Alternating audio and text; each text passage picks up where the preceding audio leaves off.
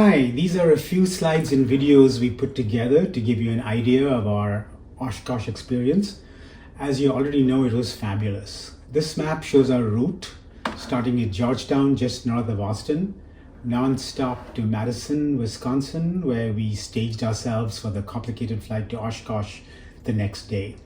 A large part of this presentation is about the preparation for the complex arrival into Oshkosh, along with hundreds of other airplanes. After the show, we spent a couple of nights in Kansas City. This was a last-minute change. We had originally planned to spend this time in the Chicago area, but we didn't. From Kansas City, we continued to McKinney near Plano, where Rohit lives, for a night with him, and then finally back to Georgetown. Altogether, more than 2,000 miles. Let me talk about the list of items we'll cover in this presentation to give you an overall picture of how the different topics fit together.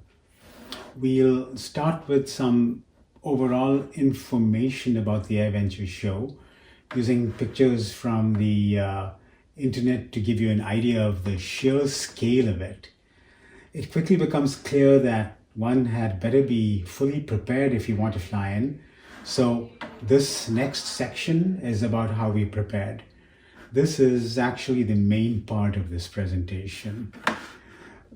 The good thing is that there is a lot of useful information, tons actually, to help prepare. The best place to start is the official FAA guidance document. This NOTAM or Notice to Airmen from the FAA is basically required reading, and we are going to cover this in some detail. There are also a lot of very good YouTube videos that other people have made from prior years showing what to expect and how to do things. Going through these gives you a good feel for what else you might need to prepare or to practice. In our case, it was to get some practice actually flying our Moni airplane.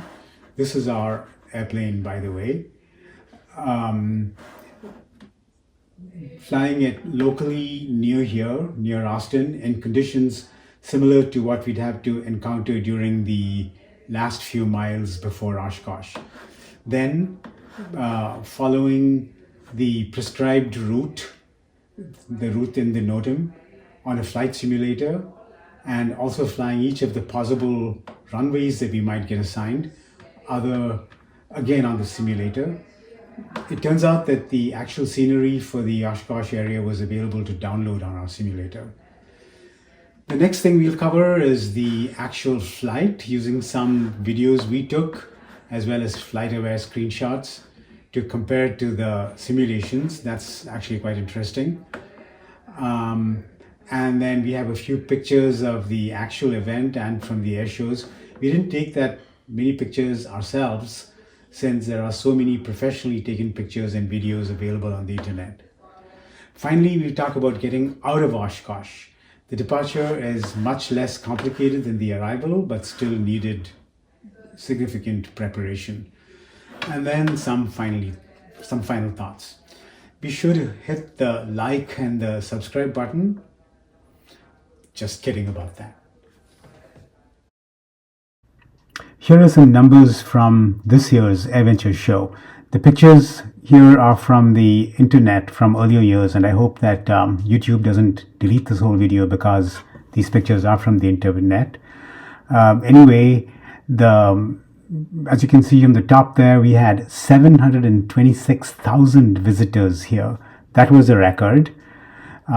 We had 10,000 airplanes like ours, over 10,000 flying in, and these were coming in at an average of over 100 takeoffs and landings per hour on the average when the airport was open, as shown on the upper right.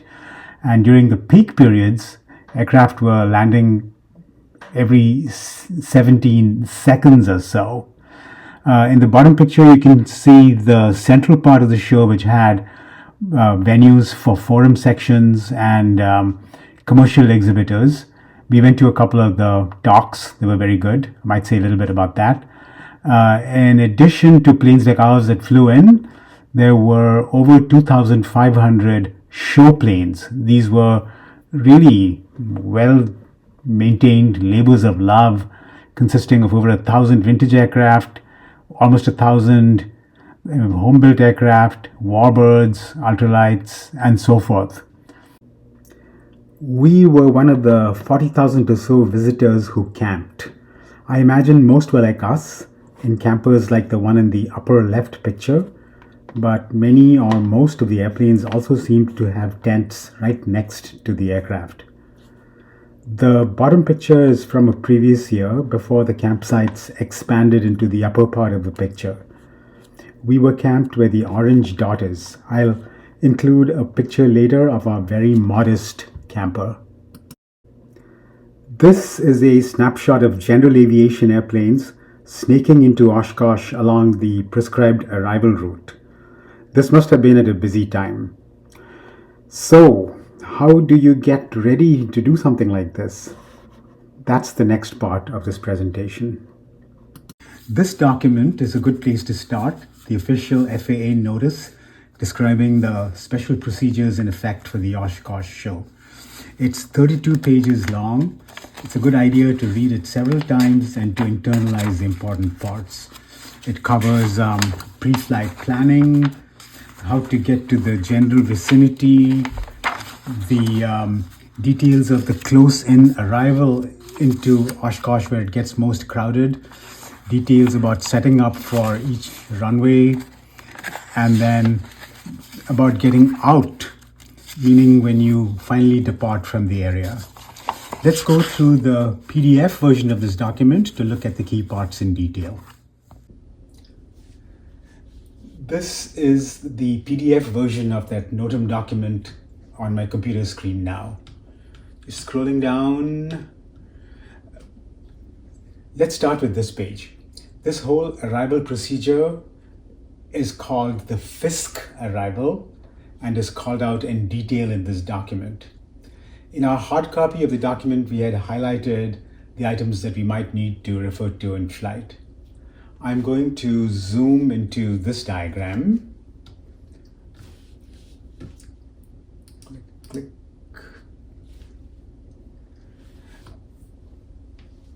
This diagram shows the arrival path from wherever you might be coming from. Depending on how crowded the traffic is, they could start the arrival process here, or at any of these other points. The earliest point is about 30 miles north of Madison.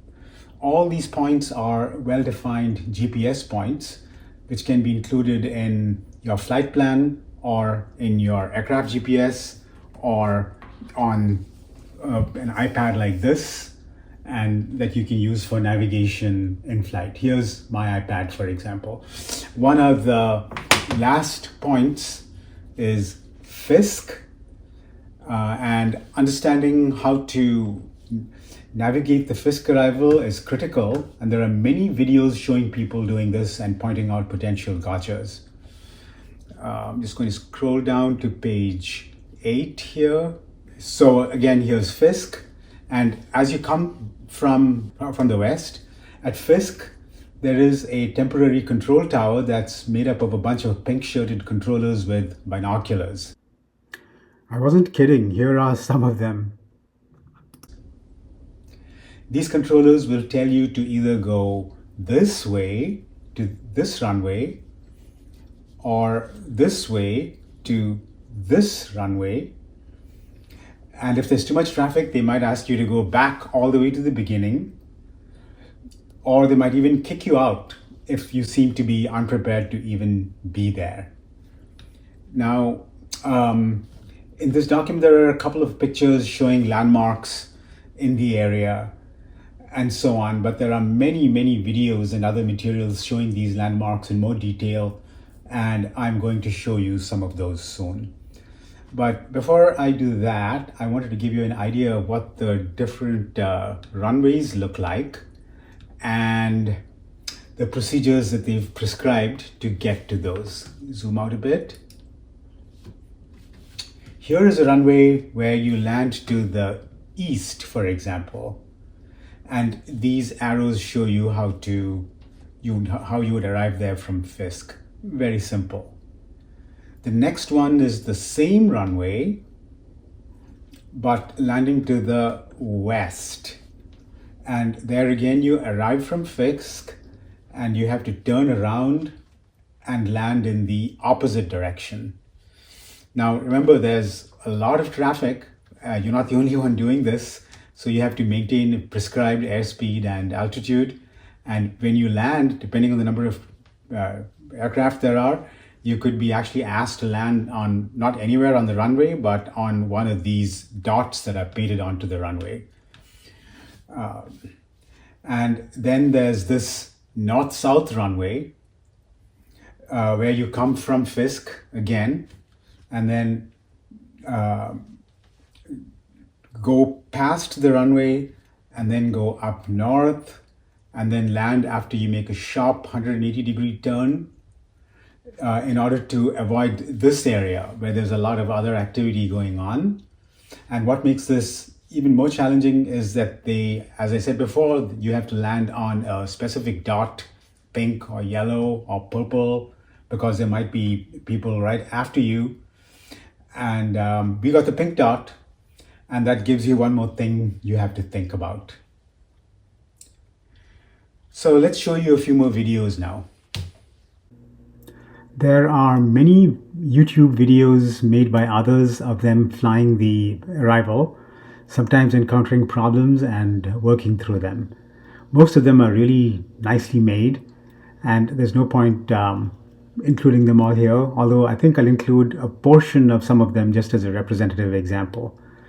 We also practiced in our own Mooney in the local area after watching some of those videos, realizing that we needed to get comfortable with flying at low altitude, slow, and following landmarks like railway tracks and so forth. Most of the flying we do these days is at a higher altitude, just point to point, and so we wanted to make sure that we were comfortable with flying this new way. And then finally, we used a flight simulator to fly the Fisk arrival and the different potential landing runways, and I'll include a few videos of those. So 423 Georgetown Tower, squawk 0617.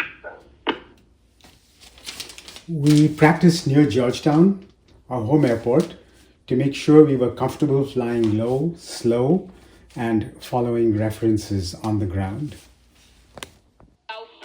In this clip, Molly and I are attempting to have me fly looking only outside the window and only follow references and directions given by Molly.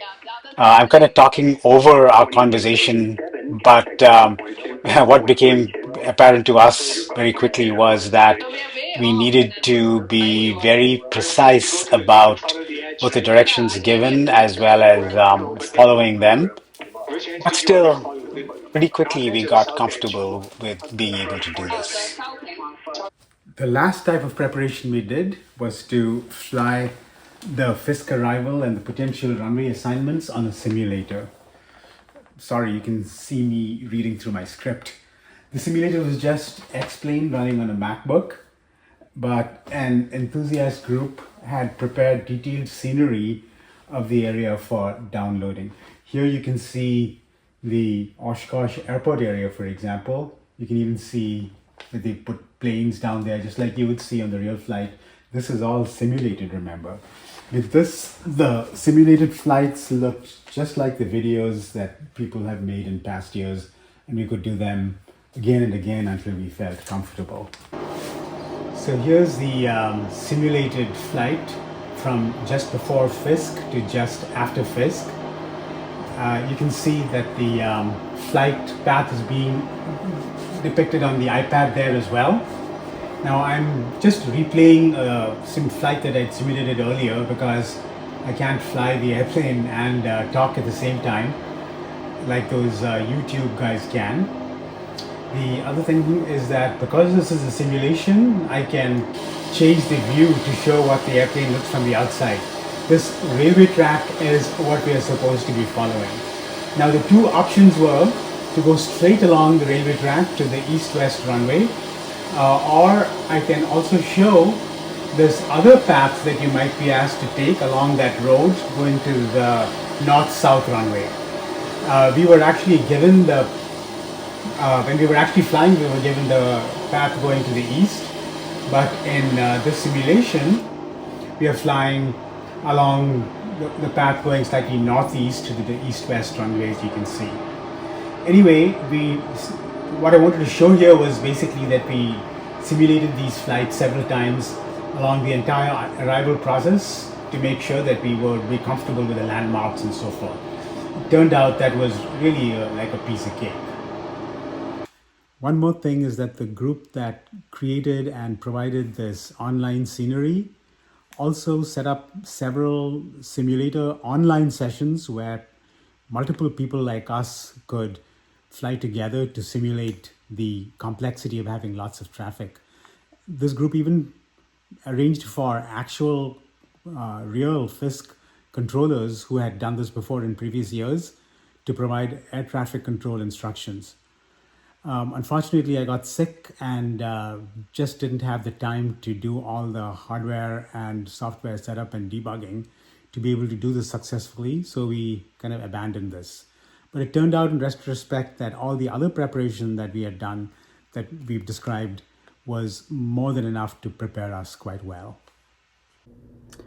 Okay, if you're still here, thanks for your patiently listening to us describe how we prepared for this. Now we get to the actual trip. I think this part isn't going to take as long to describe. First, we set up the airplane a couple of days ahead of time. We fueled it, checked the batteries, fluids, light, and so on, and packed items that we don't typically need for local flights so that we could relax the evening before leaving. We took off from Georgetown bright and early at 8 o'clock in the morning while it was still cool, expecting a full hot day of flying. Now, we had planned to stop for lunch at Jefferson City in Missouri, which was about 4 hours out, but we ended up continuing nonstop to our destination of Madison because of the weather at Jefferson City. There was this stationary front of weather right above Jefferson City where we had planned to land for lunch. It was only about 100 miles deep in the direction of travel, but several hundred miles from east to west. And because of the rain and the associated winds, we were thinking that if we landed, then we might have doubts about taking off again. So we decided to just plow through the rain with the help of air traffic control, who were very helpful in guiding us to deviate around some of the worst spots. It ended up not being bad at all. And since we were feeling fine, had plenty of fuel left, we just decided to skip the lunch stop and just continue to Madison. This ended up being the longest non-stop flight we've ever made, over 1,000 miles. The previous longest one was last year when we went to St. Louis. That was about 700 miles. And again, just for reference, the flight we used to take frequently between San Jose and Hillsborough was about 600 miles. Just relaxed in Madison. Here's the Capitol building. So here we are, ready to take off from Madison next morning when we had our first setback. We realized that we had left the NOTAM that we had so carefully marked up somewhere. Our first instinct was to dash back to the hotel, presuming it was there, and get it back. But then we realized that having gone through this and prepared so much, we didn't really need to look at it and probably shouldn't be looking at it in flight. In fact, we had made a cheat sheet of the important information, and we decided to just rely on that. So off we went. Mooney 1169 in November, holding short 21. Ready for departure. Mooney 1169 November, that's our hold short runway 21. Hold short 21. 69 in November. Mooney 69 November, wind 180 at 9 or fly runway heading, runway 21, clear for takeoff. Runway heading, cleared for takeoff to 1169 in November. From here to Oshkosh was about half an hour. I'll just include a few clips of interesting moments. Initially, you'll hear Molly and I getting our bearings and looking for traffic, and then, after we join the conga line, the chatter from air traffic control becomes pretty intense.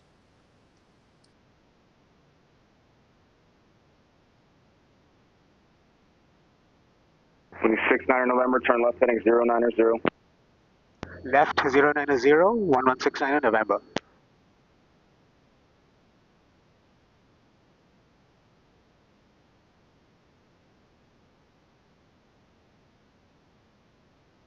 Niner November, contact departure on 120.1. 120.1, 69 in November. Madison departure, Mooney 1169 in November out of Madison Airport. 1,800 for 2,500. Mooney 1169 November, Madison departure to contact altitude, your discretion, resume on navigation. On navigation, 1169 in November. Mooney 69 November, the line looks like Green Lake, radar service terminates, collect VFR, frequency change approved, enjoy the show. Thank you, sir. 1169 in November, VFR. Start the right turn and to the left, downwind for runway 18, just maintain the 1800, follow the east-west road, keep that right turn going. 12 o'clock, 2 knots. Okay, do you see him? 1,000 feet above us? There it is.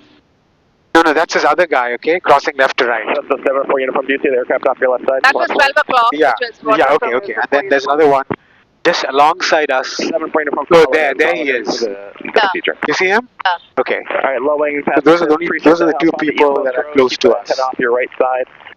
Good morning, Oshkosh arrivals. Beautiful day here at Fisk and Oshkosh. Winds 170 at 9, altimeter 3008. Landing runway 27 and 18 here at Oshkosh. Winds favor 18. Next thing we do need to do is monitor Fisk approach just before Fisk. When do we turn on the lights on? 50 miles from Here half mile south of Fisk. Turn on the lights now. Like 27. Okay. Alright, that's here. Great job. Follow the railroad tracks. We need to follow the railroad tracks northeast bound. Okay, there are the keep that downwind at the southeast corner of the lake. gravel pit. You probably know the procedure. So southeast of the gravel pit. Okay, there's a guy 1 mile ahead of us. For departures underneath 500 feet ahead of us. I see him. For 27. Can you see that guy? Frequencies switch here shortly. He's placed himself there. And roughly at 12 o'clock, just scan and you'll see. High wing, half mile south of Fisk Rock, your wings. High wing, great rock, love it. Turn right, follow the east-west road, and keep that mic. Bonanza flight, slow to 90, You're good at the flight, but just slow to 90. Alright, Cherokee on the east-west road, perfect. Thanks for the help. Mountain Tower now 126.6, maintain 1800 for departures underneath. Oh, that guy is trying to squeeze in? Maintain 1800 till you're on the downwind for departures underneath you. Okay. RV, thanks for the help. Mountain Tower now 126.6 for 18, see ya. Low wing over Fisk Rock, your wings. He's trying to squeeze in. Like he's 500 feet. No, 500 feet above us. So he's at 2,300 feet. Behind you. Mountain Tower now 118.5. Just follow the track, Tommy. Yeah, so- veering off to that side. I'm not veering off. Don't forget Oh, your gear. I'm veering off to that side. Your descent as well. Just maintain 1800 though until you pass the Heads departures. down. So Bonanza flight, slow down. Gear. So we're coming up to Ripon. Oshkosh arrivals, welcome. We need 1 mile trail spacing. 1 mile trail spacing over the railroad tracks. So nose to tail, no side-by-sides, no over-unders, and we're doing Green Lake transition. So all arrivals, Green Lake transition. Any twins, go to Fond du Lac. No parking available, sorry. Fond du Lac is for you. Twins, go to Fond du Lac. We'll get you guys, especially if you got a tail dragger, we'll get you guys a 18 the best we can, help you guys out there. 27 and 18 is the arrival, runways we got going on. Green Lake transition in effect. We're only 1 mile. Low wing, half mile south of Fisk Rock, your wings. Low wing with the nose light. There you go. Good rock. Turn right. We're going for 18 for you. Turn right, follow the east-west road, and maintain 1800 for departures underneath you, and then to the left down with runway 18. Again, keep that right turn going, follow the east-west road. Don't forget your gear. Lowering, great job. Again, don't forget your gear. And Mountain Tower now 126.6. Welcome to the show, Mooney. Ready straight tail Cessna, turn base now. Turn left base now, quarter line pink dot. Are we talking to the tower? Again, after everybody lands, get it under control. We need you off the runway as soon as you can so we get departures out as well. That's the runway over there. We're following the road. We maintain 1800 till we pass Till we are turning downwind. Past the tower. Oh well, the camera overheated by a couple of minutes too early, which meant that we didn't get video of the landing. But Molly did exactly the right thing when this happened, which is nothing. This is not when you should get distracted by anything other than flying and looking outside. The screenshot from FlightAware shows the rest of the flight path. And this close-up shows the last two turns and the pink dot we were assigned to land on. Since we have a simulator, we included what the rest of the landing would have looked like. I'm including the last part of the video here. You can tell when it switches to the simulation. Okay, so here's where we left off when the camera overheated. You can see the runway there on the left. Let's just switch to the outside view for a more comprehensive view. That's the freeway intersection that we could see just before we stopped recording the previous time. Oh, this, by the way, right here is where we camped. It's interesting that the simulation even has the scenery of this tree line. Let's go back to the cockpit view again. We are at 1,800 feet and we will stay at that altitude until we start turning north. I think we're going to start that turn any minute now. There we are turning, and we will start our descent as well. So now you can see that I've started my descent down to 1,300 feet. This building here is right when we will start our turn to the left. And the reason that we do that, it's because we don't want to go any further than that taxiway. And in order to do that, we start our turn just about now. If you're down to 1,300 feet, if we hadn't descended, then it would have been difficult to make this tight turn and get down to the runway. That again is the taxiway that we want to stay this side of. And then we do this very low turn, steep turn onto the runway. And there's the blue dot. And we have assigned to land after the pink dot, so we wait until there. The simulator is a lot more challenging to fly, by the way, than the actual airplane, partly because of the visibility. The show itself was a wonderful experience, including the scale of it, the air shows, and the people we met. This presentation was mostly about preparing for and getting there, and there's tons of great material to watch or read about the show specifically. But we'll include just a couple of highlights here. I've been following this ex-Thunderbird fighter pilot on YouTube for a couple of years, so it was a treat to finally meet her and to have her sign two of her children's books for Mila. This wasn't exactly a highlight. Anyway, the pop-up camper we rented and had delivered was sort of basic, especially because the campground was muddy from the rain and when compared with the luxurious RVs surrounding us. But at least it had comfortable beds and air conditioning. But for the airplane, we paid for premium parking because this was the first time and we didn't want to get stuck in the mud.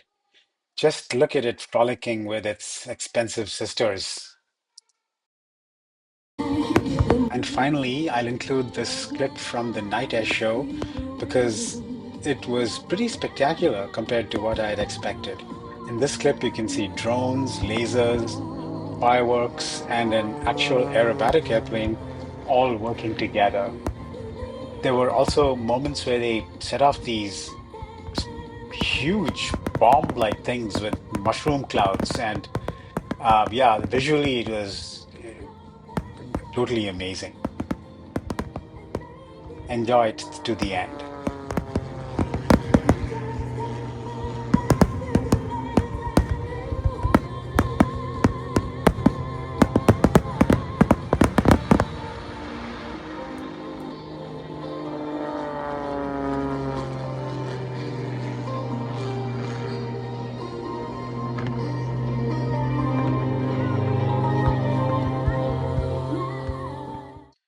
Okay, that's a wrap.